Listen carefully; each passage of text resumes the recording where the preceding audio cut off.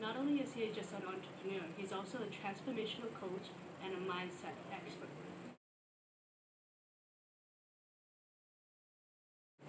So before we begin, Reggie, can you explain the difference between transformational and transactional?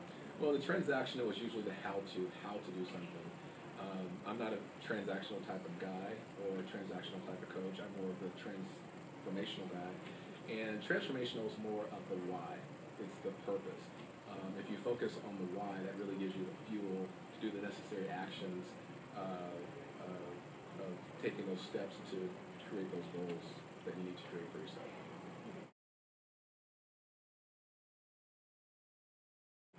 So when you look at the why, does that help with the fear factor? It really does. You know, I talk to a lot of people about fear, and my philosophy is that most of what we fear is make believe. Because think of think back in the past when you had fear about something and you overcame it, and you think about it and you say to yourself, wow, all those negative things I thought about or all those things I was afraid of didn't even exist. So, do we all have fear? Absolutely. But you just have to change your mindset about fear. And once you change your mindset about fear, you can move past it. So talking about that, how do you start the process of changing your mindset about fear? Well, first you have to accept the fact. You have to face the fear. I had I had a fear of heights. I had a fear of flying and different things like that. I would stay at a hotel and I couldn't stay above the third floor. And I faced my fear. It took me a while, but I faced my fear and decided to go skydiving. And I'm not sure if I can attribute the fact that I overcame that fear to skydiving, but what happened when I was skydiving, it just changed my entire mindset about how I feel about heights. So now I stay at hotels all over the world, and I can be on the 40th floor and look out the window. It's not a big deal. I just made the decision that I was no longer going to have a fear of heights, and I changed it. So there were obviously people who helped you along the way.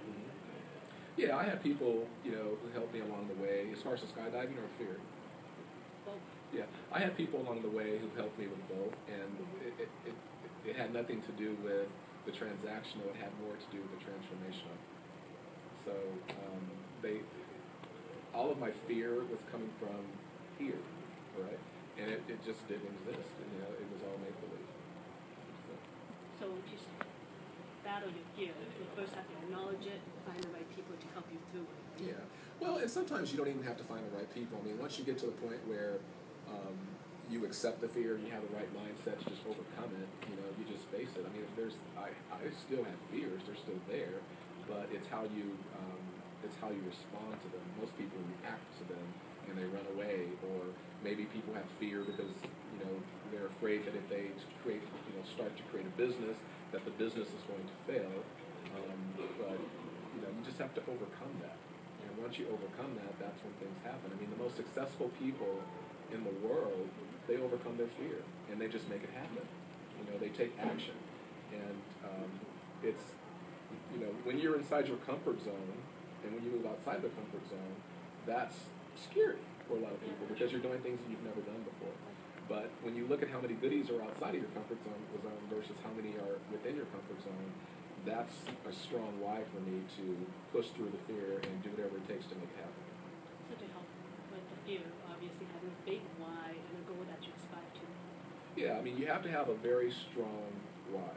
And a very strong why can also be attached to fear. And a good example of that is if I knew that I had to lose one of my kidneys, that's pretty scary. The surgery and everything, and then trying to imagine how life would be with one kidney, whatever the case may be.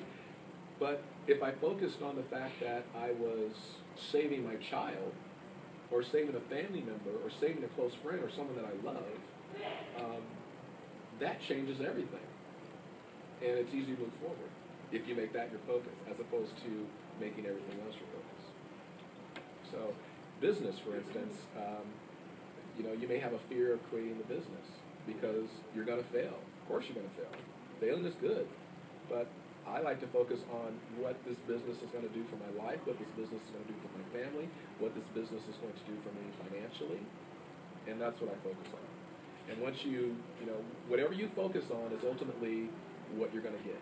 If you're driving a car and if you're saying, I'm going to get into an accident, or if you're driving a car and you're saying, I hope I don't get into an accident, I hope I don't get into an accident, I hope I don't get into an accident, well, guess what? You're going to get into an accident. And you may not even hit someone, they may hit you because you're just attracting it. So once you change how you feel about a situation, that's when the situation will change for the better.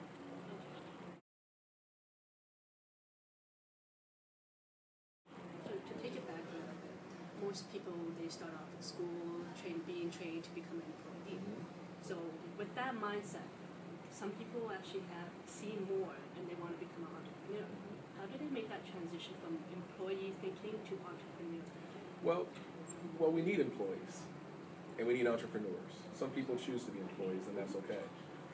I choose to be an entrepreneur. So if I am an employee, however I choose to be an entrepreneur, I'm going to show up as that employee, but I'm going to have the mindset of an entrepreneur. And chances are, if I have the mindset of an entrepreneur, chances are I'm going to get better results as an employee. So whatever it is you want to do, you have to act like you belong and really do the things that they do. If you're an entrepreneur, or if you want to be the best dentist, or if you want to be the best at anything, find out who's doing it and develop the disciplines of those individuals. You know, where are they going? Who are they hanging out with? What are they reading? You know, what are their disciplines? And you have to do what you can to adopt those disciplines. And sooner or later, you're going to find that you're going to become that individual. And sooner or later, you're going to be attracting the people in your life that can help get you there.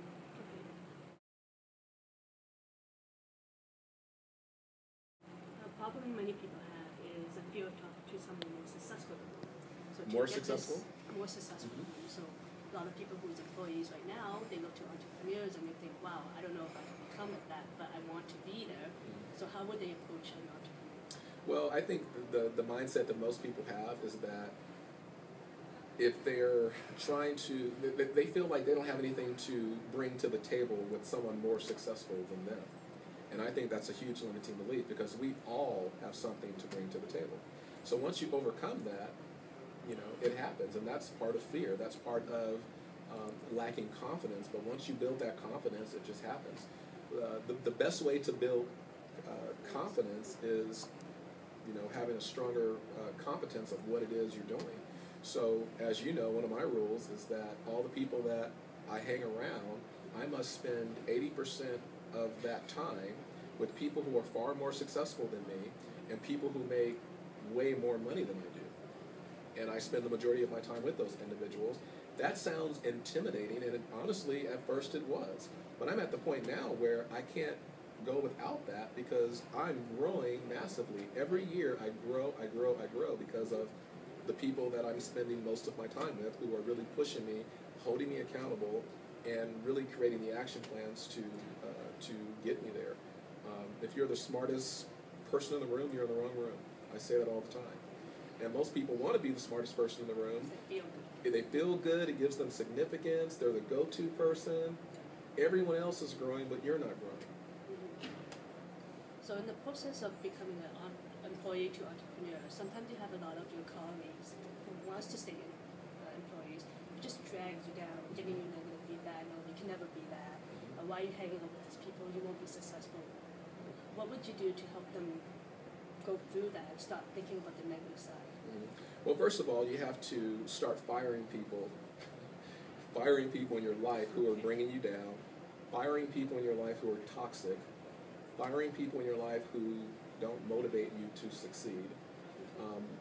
Some people you can't fire. You have your family members, you have employees or coworkers that you work with. You just have to filter that out and make that your motivation to move even faster to get out of there. Absolutely. So everyone's not going to have that same mindset. But as long as you maintain your mindset, as long as you do the necessary things that you must do, knowing that these other things are going on that may bring you down, and you have a high awareness of that, you're going to be just fine. They're going to change when they see that you change. They're going to be convinced when they see you change. Because they see where you were before and where you are now, and they say, well, I was better than before. Absolutely. I can do that too now. Absolutely. You know, they're going to tell you that it's impossible. I tell people all the time, especially people that I coach, focus on those things that most people think that are impossible. You know, I like hanging around with people who focus on things that are impossible, because it's only impossible. It sounds cliche, but it's only impossible until what? Someone does it. You know, if you look at where we are with technology today, if you look at where we are with aviation today, all these things that are happening today, if you told me 10 years ago, or if you told most people 10 years ago these things were going to happen, who would believe it? Not many. And yeah, so thank God we have people out there who focus on things that are impossible. So that's the way I'm wired, and most of the people that I associate with and really align myself with, that's how they are. They're better than me, they make more than me, they push me, they hold me accountable. That's how you grow, because if you're not growing, you're dying. When you water a plant, it's either going to grow, or it's either going to die if you don't water it.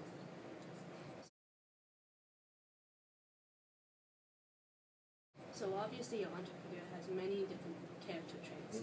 If you had to choose 3 top character traits, what would you say? Number one, what my coach says, and I'm a strong believer in this, as an entrepreneur, you have to think like a CEO. What does that look like? Well, thinking like a CEO means that you are the visionary. You are in the future, right? Not in the present, and you're not in the past. You are in the future. Secondly, you have to be willing to take risks. You know, the people who I see who have a high level of success, they're taking a lot of risks to really make it happen. Risks that other people aren't willing to take because they're living in fear. And in no comfort zone. Absolutely. And coupled with the fact that you have to align yourself with people who are doing the things that you aspire to do. You really have to be open to being coachable. You have to be open to changing your business model as often as possible so that you can stay on the cutting edge. So that you have to be 10 steps ahead of the game. Most people are not. Most people are 10 steps behind because they're living in now as opposed to focusing on what's going on in the future. And the last trait? The last trait is you have to be coachable, and you have to have a coach. You have to have someone that you're working with who is doing the things that you aspire to do. And someone who, you know, most of us are taking business advice from people who don't own a business. That doesn't make sense to me. No, it really doesn't. Or maybe they had a business and they were successful 5 years ago or 10 years ago, but they don't have a business today. You know, so the advice that you're getting must be relevant to what's going on today. And the people that are advising you have to be far more smarter than you, and they have to be doing the things that you want to do.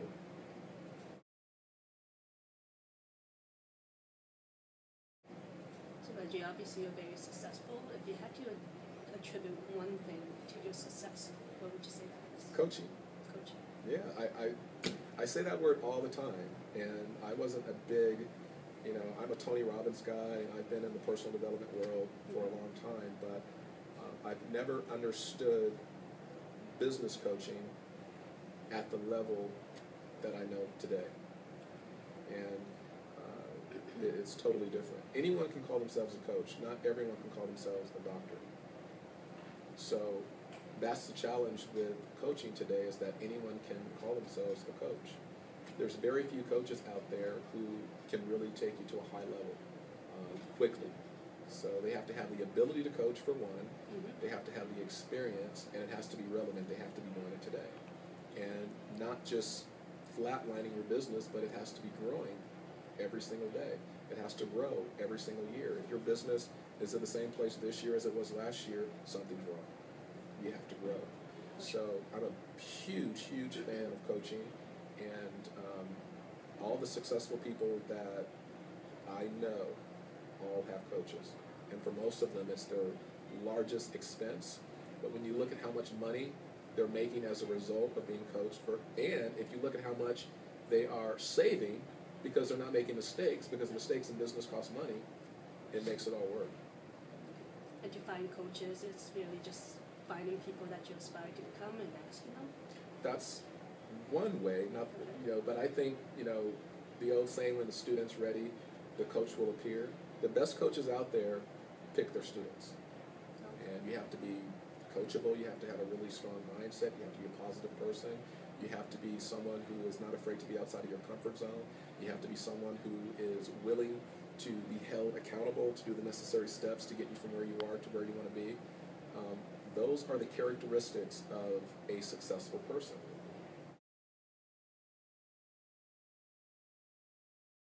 Reggie, that was really good information. I want to tell you that I'm very honored that you were spending your time here telling us all this information and telling our viewers as well.